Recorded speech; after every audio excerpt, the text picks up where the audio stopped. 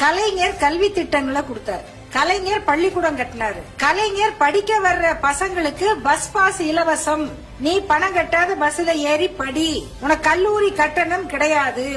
இன்னைக்கு முதல்வர் வெளிநாட்டுக்கு போய் படிக்கிறியா, நான் பணம் கட்டுறேன் அப்படிங்கிறாரு. இது ஒரு தத்துவம், கோட்பாடு.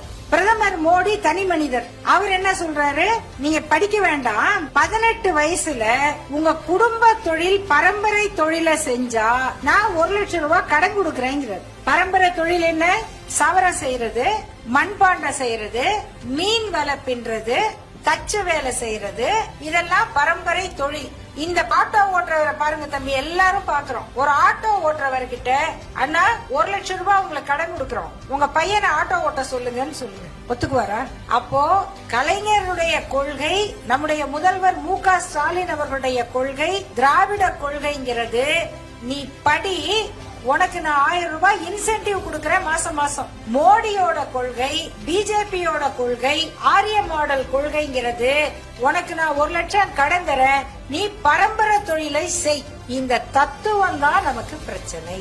இவருக்கு பிறகு அவர் வராரா, அவருக்கு பிறகு இவர் வராருன்னா எவர் வந்தாலும் சரி, அவங்க எந்த தத்துவத்தை எடுத்து வைக்கிறாங்க அத பாருங்க.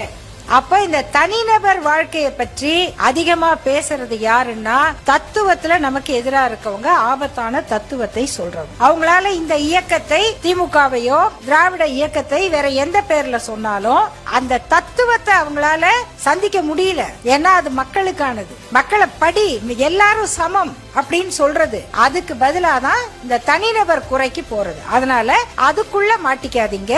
தனி நபர்கள் முக்கியம் அல்ல, அவர்கள் சொல்லுகிற தத்துவம் தான் முக்கியம்.